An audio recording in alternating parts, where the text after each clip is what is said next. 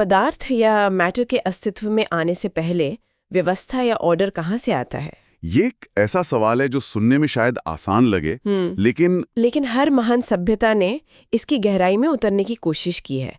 मतलब जब कुछ था ही नहीं तो ये नियम कहाँ से आए? बिल्कुल। और ये सिर्फ विज्ञान का सवाल नहीं है, ये दर्शन और धर्मशास्त्र की जड़ में है। सोचिए, अगर हर चीज पूरी तरह से अराजक होती तो हम और आप यहाँ बैठ के बात भी नहीं कर रहे होते, किसी भी चीज का कोई मतलब ही नहीं होता। सही बात है। तो सवाल ये है कि इस पैटर्न का स्रोत क्या है? और आज हम इसी सवाल पर 3 बहुत अलग अलग लेकिन बहुत शक्तिशाली दृष्टिकोणों की गहराई से पड़ताल करने वाले हैं। हम सफ़र करेंगे प्राचीन भारत, यूनान और अरब के रेगिस्तानों तक। हम कुछ खास अवधारणाओं को समझने की कोशिश करेंगे।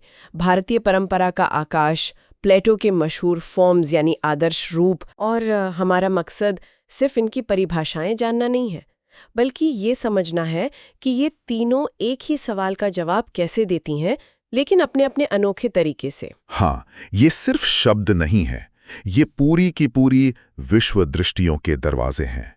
ये बताते हैं कि एक सभ्यता खुद को, ब्रह्मांड को और ईश्वर को कैसे देखती थी। तो चलिए इस गुत्थी को सुलझाते हैं। और समझने के लिए मेरे ख्याल से हमें उस अवधारणा से शुरू करना चाहिए जो हमारी तुलना का केंद्र बिंदु होगी, लॉ अल महफूज। हाँ, ये एक अच्छी शुरुआत होगी। ये क्या है और ये बाकियों से इतनी अलग क्यों है? देखिए, लॉ अल महफूज का जिक्र कुरान में आता है। सूरह अल बुरूज जो 85वीं सूरह है, उसकी आखिरी 2 आयतों में कहा गया है, बल्कि ये एक गौरवशाली कुरान है, एक संरक्षित पट्टिका में। एक मिनट, संरक्षित पट्टिका? तो क्या ये कोई भौतिक चीज है, जैसे कोई पत्थर की टैबलेट या कोई किताब? ये एक बेहतरीन सवाल है। या ये बस एक रूपक है, कोई अमूर्त विचार या ऊर्जा की तरह? नहीं, इस्लामी धर्मशास्त्र के अनुसार ये कोई अमूर्त विचार नहीं है। इसे एक वास्तविक निर्मित यानी क्रिएटेड चीज माना जाता है। अच्छा। हाँ, हालांकि हम इसकी असलियत को अपनी 5 इंद्रियों से नहीं समझ सकते, लेकिन ये एक हकीकत है। आप इसे एक तरह का ब्रह्मांडीय रजिस्टर या बही खाता समझ सकते हैं। बही खाता? मतलब इसमें कुछ लिखा हुआ है क्या? हाँ, इसमें हर वो चीज दर्ज है जो होने वाली है। ईश्वर का हर आदेश, जिसे कद्र या भाग्य कहते हैं, वो भी इसमें लिखा है। वो इसमें लिखा है। हर घटना, छोटी से छोटी और बड़ी से बड़ी, उसका माप क्या होगा, कब होगी, कैसे होगी, अतीत, वर्तमान, भविष्य, सब कुछ। ये तो बहुत बड़ी बात है। तो इसका मतलब है कि ये पूरी तरह से सुरक्षित है, इसमें कोई बदलाव नहीं हो सकता? पूरी तरह से। इसका नाम ही है महफूज, यानी गार्डेड या प्रिजर्व्ड। इसे अल्लाह के सिवा कोई नहीं जानता और नहीं कोई इस तक पहुंच सकता, सिवाय उनके जिन्हें वो खुद बताना चाहें। बिल्कुल। जैसे कि पैगंबरों को वही यानी ईश्वरीय प्रकाशन के जरिए। और एक जरूरी बात, ये किसी प्रक्रिया का कारण नहीं है। मतलब? ये एक रिकॉर्ड है। अल्लाह का हुक्म होता है, फिर वो चीज़ वजूद में आती है, और लॉ अल महफूज उस हुक्म का दस्तावेज है। ये खुद कुछ बनाता नहीं है। ठीक है, तो लॉ अल महफूज एक तरह का ईश्वरीय रिकॉर्ड है जिसे बनाया गया है और जो पूरी तरह अल्लाह के अधीन है। ये बात दिलचस्प हो जाती है जब हम इसकी तुलना भारतीय परंपरा के आकाश से करते हैं, क्योंकि पहली नज़र में वो भी एक तरह का ब्रह्मांडीय रिकॉर्ड जैसा लगता है। थियोसॉफी में आकाशिक रिकॉर्ड्स की बात तो बहुत होती है, पर क्या वो भी ऐसा ही है? ऊपर से देखने पर समानता लगती है, लेकिन जब हम गहराई में जाते हैं तो जमीन आसमान का फर्क नजर आता है। अच्छा। भारतीय दर्शन के कई स्कूलों में, जैसे सांख्य और वेदांत, इसे 5 महाभूतों में से पहला और सबसे सूक्ष्म तत्व माना जाता है। मतलब इसी से बाकी सब कुछ बना, वायु, अग्नि, जल, पृथ्वी। हाँ, क्रम कुछ ऐसा है। परम वास्तविकता ब्रह्म से आकाश उत्पन्न हुआ, आकाश से वायु, वायु से अग्नि, और इसी तरह पूरी भौतिक दुनिया बनी। ओह, तो आप देख सकते हैं कि आकाश सिर्फ एक रिकॉर्ड नहीं है। नहीं, यह तो निर्माण की प्रक्रिया का एक सक्रिय हिस्सा है, एक कच्चा माल है। यह ध्वनि का वाहक भी है। हर शब्द, हर मंत्र आकाश के माध्यम से ही यात्रा करता है। तो यहीं पर पहला बड़ा फर्क आ गया। लॉ अल महफूज निर्माण प्रक्रिया का हिस्सा नहीं है, जबकि आकाश है। बिल्कुल, और यहीं से सबसे बुनियादी फर्क सामने आता है। फर्क इस बात का है कि ये चीजें असल में हैं क्या? मतलब क्या ये हमेशा से थीं या इन्हें किसी ने बनाया? क्या ये अपने आप में मौजूद हैं या किसी पर निर्भर हैं? सही। इसी को दर्शन की भाषा में ऑन्टोलॉजिकल स्टेटस कहते हैं। अगर हम इस नजरिए से देखें तो आकाश को अक्सर शाश्वत माना जाता है ना, कि वो हमेशा से था, या कम से कम सही, बिल्कुल। ब्रह्म का एक शाश्वत पहलू है, जबकि लौहल महफूज के बारे में कुरान स्पष्ट है कि वो एक मखलूक है, यानी एक निर्मित चीज है। और इस्लाम का एक बुनियादी सिद्धांत है, अल्लाह के सिवा कुछ भी शाश्वत नहीं है। बिल्कुल। तो एक शाश्वत है, दूसरा निर्मित। दूसरा फर्क, आकाश अक्सर स्वतंत्र है या ब्रह्म का हिस्सा है, जबकि लौहल महफूज पूरी तरह से अल्लाह के अधीन है, वो स्वतंत्र नहीं है। ये ज्ञान तक पहुंचने के तरीके को भी पूरी तरह बदल देता होगा। हाँ, और ये बहुत बड़ा सामाजिक और आध्यात्मिक अंतर पैदा करता है। आकाशिक रिकॉर्ड्स की धारणा में ये माना जाता है कि कोई योगी या ऋषि अपनी चेतना को एक खास स्तर पर ले जाकर उस ब्रह्मांडीय स्मृति तक पहुंच सकता है। हाँ, इससे एक तरह का आध्यात्मिक अभिजात्य वर्ग यानी स्पिरिचुअल एलीट बनने का खतरा है कि सत्य केवल कुछ चुनिंदा लोगों के लिए है। जबकि लॉ अल महफूज के मामले में, जैसा आपने कहा, वहां सीधी पहुंच किसी के लिए भी संभव नहीं है। किसी के लिए भी नहीं। ज्ञान का एकमात्र जरिया वही है जो पैगंबरों के जरिए आम इंसानों तक पहुंचता है। ये एक तरह की विनम्रता सिखाता है, क्योंकि सत्य का स्रोत इंसान के भीतर नहीं बल्कि उससे बाहर और उससे बहुत ऊपर है। एक मिनट, अगर आकाश एक तटस्थ यानी न्यूट्रल भंडार है, तो फिर सही और गलत का हिसाब कैसे होता है? बुनियाद है, लेकिन वो बहुत अलग है।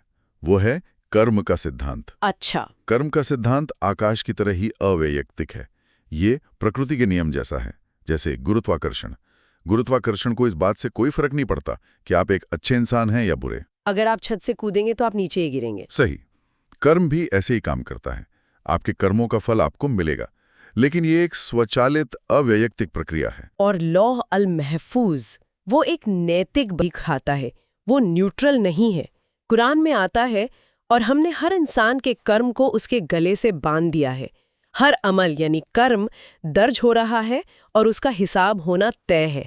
तो यहाँ न्याय एक व्यक्तिगत ईश्वर द्वारा किया जाएगा, किसी अव्यक्तिक नियम द्वारा नहीं। जी हाँ। तो अगर मैं सही समझ रही हूँ, आकाश एक तरह का कच्चा माल और सक्रिय माध्यम है जिससे दुनिया बनती है, जबकि लौह अल महफूज उस दुनिया का ब्लूप्रिंट और रिकॉर्ड है जो पहले ही लिखा जा चुका है।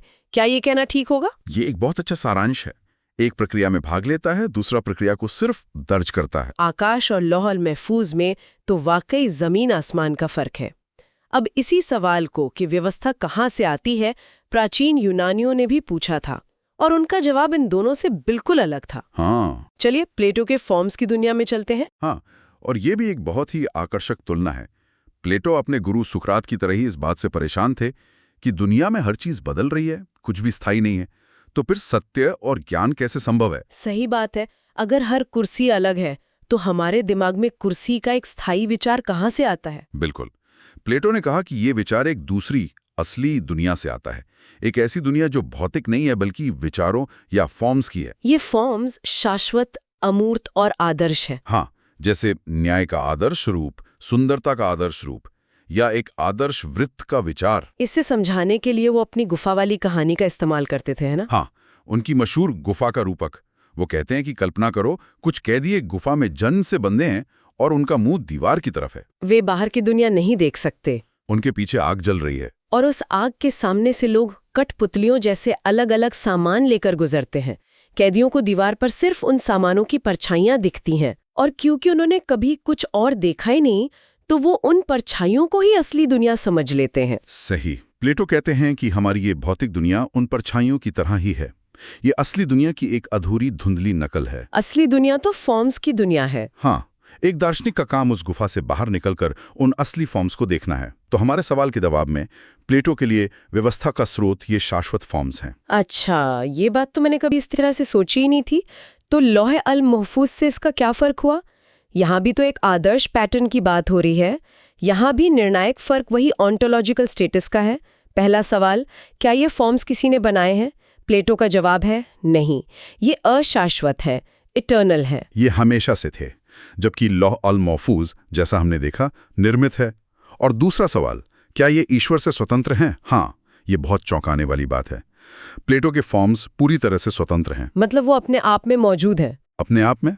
प्लेटो के दर्शन में एक डेमियोर्जी यानी एक शिल्पकार देवता का जिक्र है, जो इन फॉर्म्स को एक मॉडल की तरह देखकर हमारी भौतिक दुनिया को आकार देता है। एक मिनट, मतलब यूनानी दर्शन में तो देवता भी नियमों से बंधा हुआ है। वो अपनी मर्जी से कुछ भी नहीं बना सकता। बिल्कुल, वो देवता एक शिल्पकार है, रचयिता नहीं। वो पहले से मौजूद पदार्थ को पहले से मौजूद फॉर्म्स के हिसाब से बस ढाल सकता है। वो फॉर्म्स को बदल नहीं सकता, बस उनकी नकल कर सकता है। वो भी उन नियमों के अधीन है। ये कुरान की धारणा से तो 180 डिग्री अलग है। पूरी तरह से। कुरान के अनुसार अल्लाह अल खालिक है, यानी वो जो बिना किसी पूर्व मौजूद मॉडल या पदार्थ के बनाता है। वो किसी भी नियम से बंधा नहीं है। और लौह अल महफूज उसके आदेश को केवल दर्ज करता है, उसे नियंत्रित नहीं करता, उसे नियंत्रित या सीमित नहीं करता, जैसा कि सूरा 13 में कहा गया है। अल्लाह जो चाहता है मिटाता या स्थापित करता है, और उसी के पास मूल पुस्तक है। ये आयत दिखाती है कि अंतिम अधिकार केवल अल्लाह का है, किसी शाश्वत पैटर्न या फॉर्म का नहीं।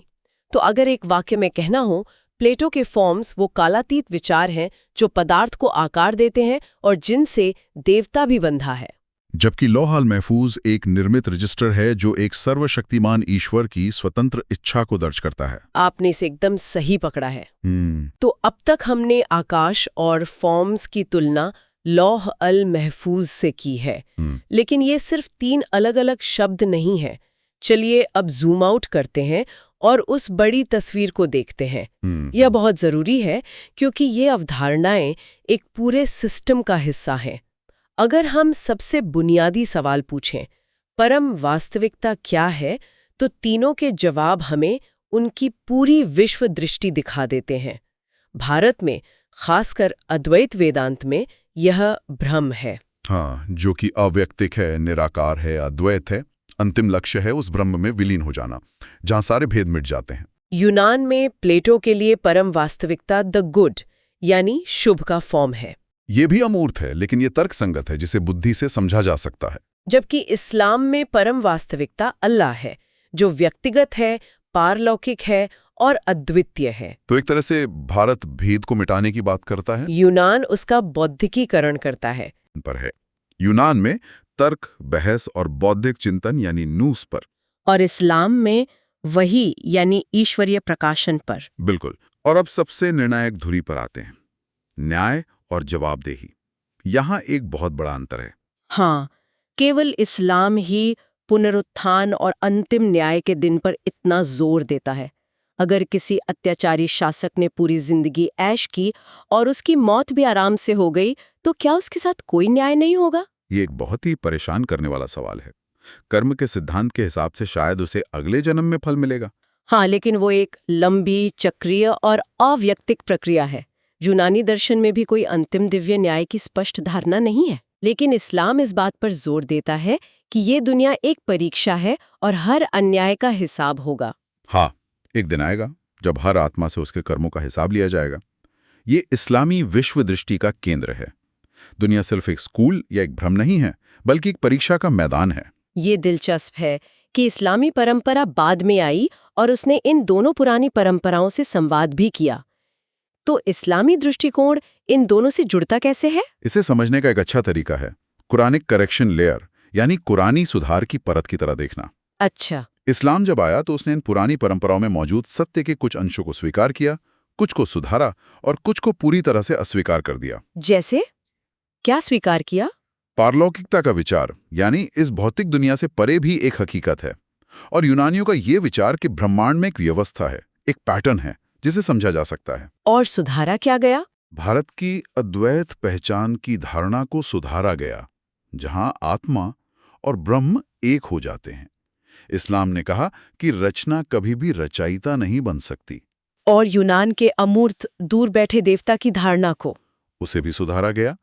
इस्लाम ने एक ऐसे ईश्वर की धारणा दी जो पारलौकिक भी है और व्यक्तिगत भी, जो हमारी प्रार्थनाएं सुनता है। और क्या पूरी तरह से अस्वीकार कर दिया गया? शाश्वत पदार्थ का विचार, जैसा कि यूनानियों का मानना था, इसे क्यों अस्वीकार किया गया? क्योंकि अगर पदार्थ भी ईश्वर की तरह हमेशा से है, तो ईश्वर अकेला शाश्वत नहीं रहा, उसका एक साझीदार हो गया। हाँ, और ये एकेश्वरवाद के खिलाफ है। इसी तरह अभिजात्य ज्ञान के विचार को अस्वीकार किया गया और चक्रीय नियतिवाद को भी। वाह! तो इस्लाम ने तर्क को अपनाया लेकिन उसकी पूजा नहीं की, और आत्मा की पुष्टि की लेकिन कानून को भंग नहीं किया। ये एक तरह का संतुलन है। बिल्कुल। और इसी संतुलन को हम एक अंतिम संश्लेषण में देख सकते हैं। वो क्या है? हम कह सकते हैं भारत ने भीतर देखा और गहराई पाई, यूनान ने बाहर देखा और व्यवस्था पाई। इस्लाम ने ऊपर देखा और दोनों को न्याय में आधारित किया। ये एक बहुत शक्तिशाली सारांश है, भीतर, बाहर और ऊपर। इसने तो पूरी तस्वीर ही साफ कर दी। और यही कारण है कि इस्लामी सभ्यता यूनानी विज्ञान का अनुवाद कर सकी, भारतीय तत्व मीमांसा के साथ संवाद कर सकी और फिर भी अपनी धार्मिक पहचान को बनाए रख सकी। तो आज हमने देखा कि कैसे 3 महान सभ्यताओं ने व्यवस्था के स्रोत के एक ही गहरे सवाल का सामना किया और कितने अलग-अलग जवाबों तक पहुंचे। हमने आकाश, फॉर्म्स और लौह अल महफूज के बीच की समानताओं और निर्णायक अंतरों को समझा और देखा कि ये सिर्फ दार्शनिक शब्द नहीं हैं, बल्कि ये पूरी की पूरी सभ्यताओं की डीएनए का हिस्सा हैं। ये दिखाता है कि आप परम वास्तविकता को कैसे देखते हैं। ये इस बात पर निर्भर करता है कि आप ज्ञान, नैतिकता और ईश्वर के बारे में क्या मानते हैं। आप एक को बदलते हैं तो पूरा नक्शा ही बदल जाता है। ये विचार करने के लिए एक अंतिम प्रश्न छोड़ते हैं। शास्त्रीय विचार का यह नक्शा, भारत का आंतरिक सफर, यूनान की बाहरी खोज और इस्लाम का ऊपर की ओर देखना, हमें विज्ञान, तत्व मीमांसा और धर्मनिरपेक्षता के बारे में आज की बहसों को समझने में कैसे मदद कर सकता है? ये एक ऐसा विचार है जिस पर आगे मनन किया जा सकता है। क्या हमारी आज की आधुनिक बहसें भी इन्हीं पुराने बुनियादी सवालों की नई गूंज हैं? शायद हम अभी भी उन्हीं गुफाओं में बैठे हैं, उन्हीं परछाइयों को समझने की कोशिश कर रहे हैं।